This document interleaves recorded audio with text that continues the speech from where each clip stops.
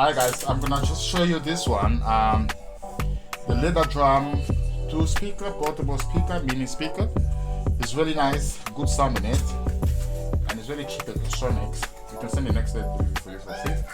Just unbox it and see how it is.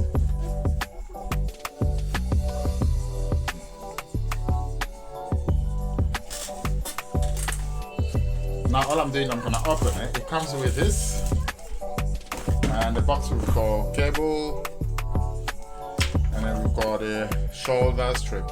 So let's try to connect it on the phone, hear the quality of the sound. So I'm gonna just turn it on. See, is the battery on? There we go.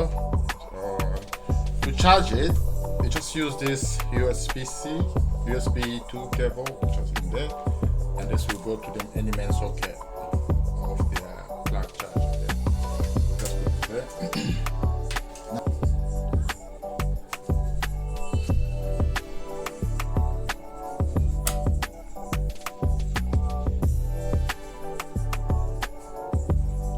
Mode. Okay, so there's connected there. We'll call it connected. Now let's play the music and hear how powerful this speaker will sound like. So let's go speaker there. Very nice. Look.